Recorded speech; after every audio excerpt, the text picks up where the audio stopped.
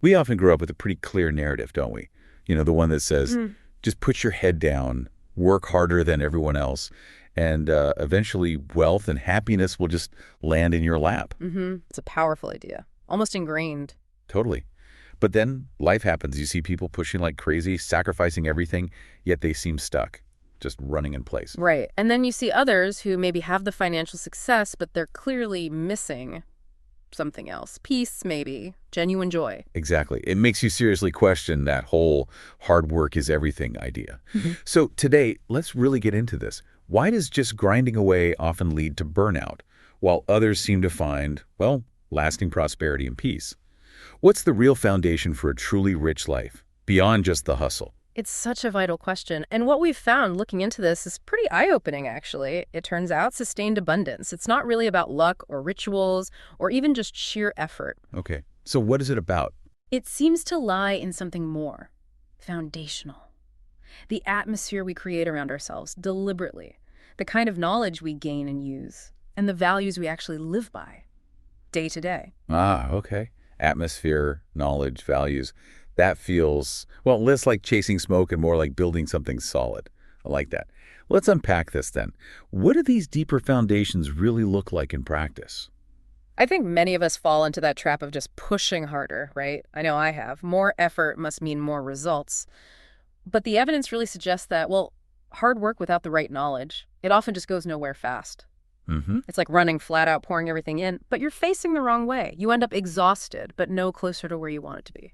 Exactly. What's really critical here before you invest all that precious time and energy is pausing to ask, is this effort truly valuable? Is what I'm doing actually going to create benefit for me, for others? Right. Does it have real purpose? Yes. Knowledge gives that essential shape, that direction to your effort. Without it, honestly, even a lifetime of struggle can feel, well, wasted because it wasn't channeled effectively. It's not just about book smarts either. Yeah. It's about situational awareness, strategic thinking, knowing where to apply the effort for maximum impact. And it's not just about getting there initially, is it? That's the other piece. Keeping it. I mean, I've seen it happen. People build something amazing and then arrogance creeps in. Complacency. Oh, absolutely. That's a huge factor. They think, okay, I've made it. I know everything now. And they stop learning, stop adapting. And that's fatal in the long run. Prosperity isn't something you just acquire and then possess forever, like a trophy. It's maintained. And that takes ongoing humility, a real commitment to keep learning, and frankly, discipline. Staying prosperous needs just as much awareness, maybe even more, than getting there in the first place. You can't rest on your laurels. That really shifts the perspective. So for you listening, maybe ask yourself, is my effort guided by real understanding? And maybe even harder, am I staying humble enough to keep learning, even when things are going well? It's a constant check-in, isn't it? It has to be. Because the moment you think you know it all, well, that's often the beginning of the end. But humility doesn't mean lacking conviction. Right. You still need belief. That's a good point. How do you balance that? Strong belief versus staying humble. Well, conviction is about your vision. Humility is about the way you pursue it. True conviction is often stronger when it's paired with humility. You believe in the goal, but you're open to better ways to reach it. You listen, you learn from mistakes. Okay, that makes sense. So if these are the building blocks, knowledge, humility, where do they actually start? Where's the real ground zero for building this kind of rich life? It often starts much closer than people think. Not in the office, not in the bank account, but right inside your own home. Really? Home? Okay, tell me more. When you say the atmosphere of your home, what does that actually look like? What are we talking about? Yeah, exactly. The findings suggest that true richness often begins there. We've sort of identified 7 key qualities that seem crucial for making a home a real springboard for prosperity. 7 qualities. Okay, let's hear them. First is knowledge. And this isn't just formal education, it's about fostering ongoing learning, curiosity, open discussion for everyone in the house. Okay, learning together. Second, happiness. Like a genuine sense of joy. Does coming home feel good? Is it a place you actually want to be? That feeling of relief when you walk in the door. Precisely. Third, peace of mind. An absence of constant fighting, chaos. A sense of calm where you can actually think straight. Crucial. Fourth, love. Real warmth, care, affection between family members, that emotional foundation. The bedrock. Fifth is truth, an environment where honesty feels safe, where people can speak their truth without fear of, harsh judgment. transparency. That takes work. It does. Sixth is purity. And this isn't about tidiness, it's about dignity. Respecting each other, regardless of age or role. Treating people well, no put-downs, no disrespect. Basic respect, got it. And finally, seventh, strength. Building resilience together, mental and physical. Facing challenges as a unit. Okay, knowledge, happiness, peace, love, truth, purity, strength. Yeah. When a home really embodies those things, you find that peace and creativity just flourish. And very often, wealth follows that creativity. A peaceful, creative mind is a resourceful one. That really resonates. So this foundation at home, Yeah. how does it ripple outwards? Because let's be honest, our lives aren't just lived within those four walls.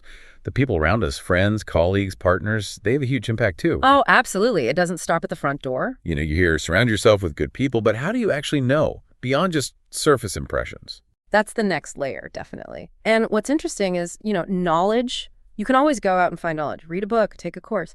But genuinely good people of solid character, they're much rarer. Sure. And consistently successful people often seem to prioritize the character of their network over just, say, transactional benefits.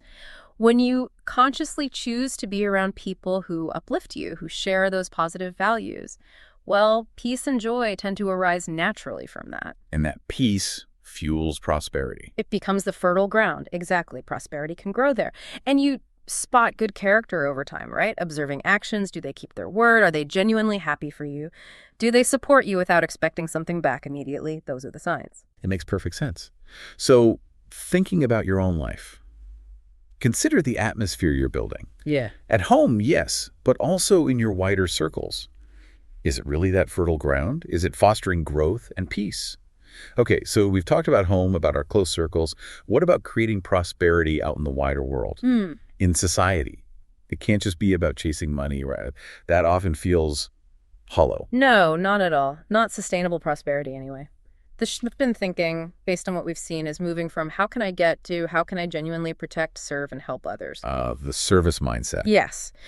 When your work, whatever form it takes, is fundamentally about solving problems for people, making their lives easier, better, where resources tend to flow towards that. People pay for real solutions, not just for someone's desire to get rich. Okay, that works for businesses solving practical problems. But what about, say, artists, musicians, people who create beauty or joy?